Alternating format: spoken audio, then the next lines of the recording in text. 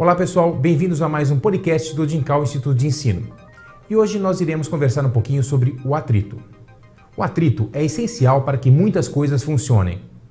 Sem o atrito, não poderíamos caminhar, andar de carro ou bicicleta, não poderíamos nem mesmo sentar. O atrito foi utilizado pelas antigas civilizações para produzir fogo e é utilizado em equipamentos modernos, como o gerador Van der Graaf, para produzir tensões elétricas elevadas. Basicamente, podemos classificar o atrito de duas formas, o atrito estático e o atrito dinâmico. Podemos definir o atrito estático como a força exercida sobre um objeto que o impede de escorregar. Diferentemente da força gravitacional, que possui um módulo preciso e sem ambiguidade, o módulo da força de atrito estático depende de quão fortemente você empurra. Se eu possuo apenas a força-peso e a normal, o atrito estático ele é zero. Agora, se eu possuo uma força nessa direção, a força de atrito estático será de igual módulo, porém na direção oposta. É importante salientar que o atrito estático atua em resposta a uma força aplicada. Agora nós iremos acrescentar massa ao bloquinho, aumentando a força nessa direção.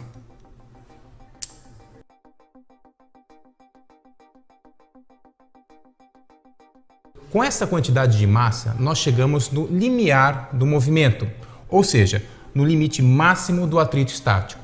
Se eu der apenas um pequeno impulso, ele já iniciará o movimento.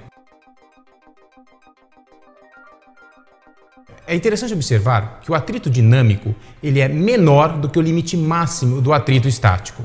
Mas é claro que existe um limite para a força de atrito estático. Se você superar esse limite, o objeto começa a escorregar e aí nós temos o atrito dinâmico atuando sobre o bloco. Uma vez que o objeto começa a escorregar, a força de atrito estático será substituída por uma força de atrito cinético ou dinâmico.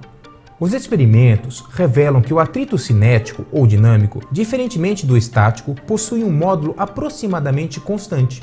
Isso significa que o atrito dinâmico não depende da velocidade do objeto. Além disso, a força de atrito também não depende da área de contato, mantendo-se, obviamente, o mesmo peso e o mesmo tipo de superfície. O fato curioso do atrito entre dois sólidos não depender nem da velocidade com que um se move com relação ao outro, nem mesmo da superfície de contato, da área de contato, não ocorre nos fluidos. O atrito em fluidos é chamado de força de resistência. É importante salientar que quando falamos de fluidos, estamos falando de líquidos e gases. Mas, como eu já salientei, diferentemente do atrito entre superfícies sólidas, a força de resistência depende sim da rapidez e da área de contato. Por exemplo, barcos e aviões que se movem lentamente sofrem uma força de atrito menor do que se estivessem indo mais rápido. Bem pessoal, vejamos agora graficamente o que ocorre com o atrito estático e o atrito dinâmico à medida em que a gente acrescenta força em um determinado objeto. Veja só, à medida que a gente vai acrescentando força ao objeto, a força de atrito estático vai aumentando linearmente. Após atingir um limite máximo, o objeto entra em movimento e ao entrar em movimento perceba que há uma queda na força de atrito. Perceba também que essa força de atrito permanece aproximadamente constante.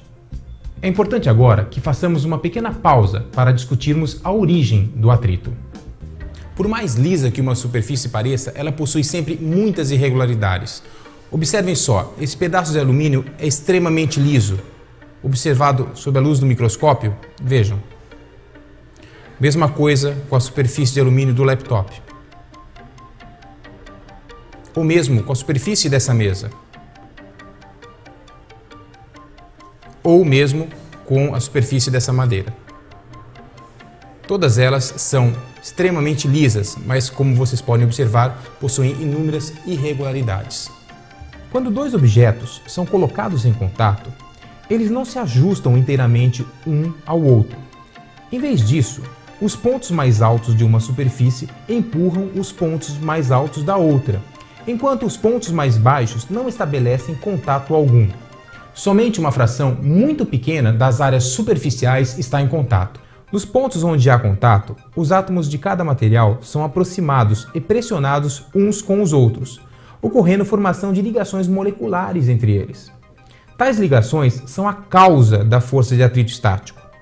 Para um objeto começar a escorregar, você deve empurrá-lo forte o suficiente para que se rompam essas ligações moleculares entre as superfícies. No caso do atrito dinâmico, entretanto, os átomos passam uns pelos outros tão rapidamente que não dispõem de tempo para estabelecer as fortes ligações relacionadas ao atrito estático.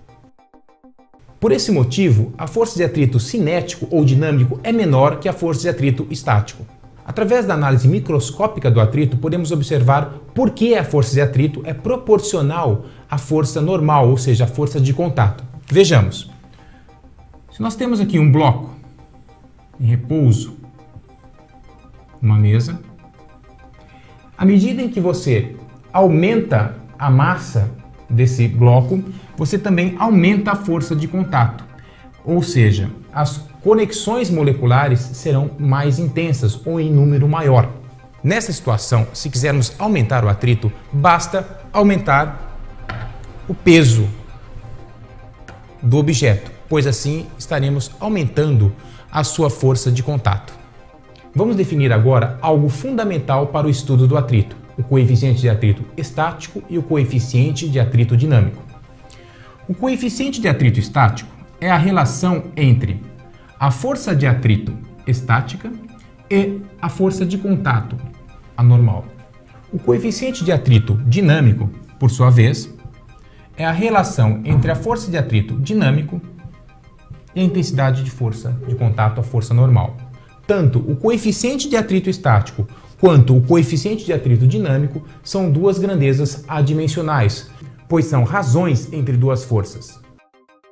Normalmente, para um par de superfícies, nós sempre teremos o coeficiente de atrito estático sendo maior do que o coeficiente de atrito dinâmico. Bem, pessoal, até agora falamos sobre o atrito estático e o atrito dinâmico. Agora iremos falar sobre um outro tipo de atrito, o atrito de rolamento. Uma roda que rola sobre uma superfície também experimenta atrito, mas não se trata de atrito cinético. A porção da roda que tem contato com a superfície está momentaneamente parada em relação à superfície, sem escorregar. Ligações moleculares são momentaneamente formadas no local onde a roda pressiona a superfície. Essas ligações têm de ser rompidas para que a roda siga em frente rolando, e os esforços necessários para rompê-las é o que causa o atrito de rolamento. O atrito de rolamento se parece muito com o atrito cinético. Porém, o coeficiente de atrito de rolamento é menor do que o coeficiente de atrito cinético. Bem, pessoal, para o atrito de rolamento teremos duas situações possíveis. Uma quando a roda sofre uma tração motora. Vejamos, nesse caso, a roda empurra o chão para trás e o chão empurra a roda para frente. É o princípio da ação e reação. Ou seja, a força de atrito vai estar atuando no sentido para frente. Agora, se a roda não tem tração motora, a força de atrito estará nessa direção. Bem, pessoal, por hoje é só e até o nosso próximo podcast.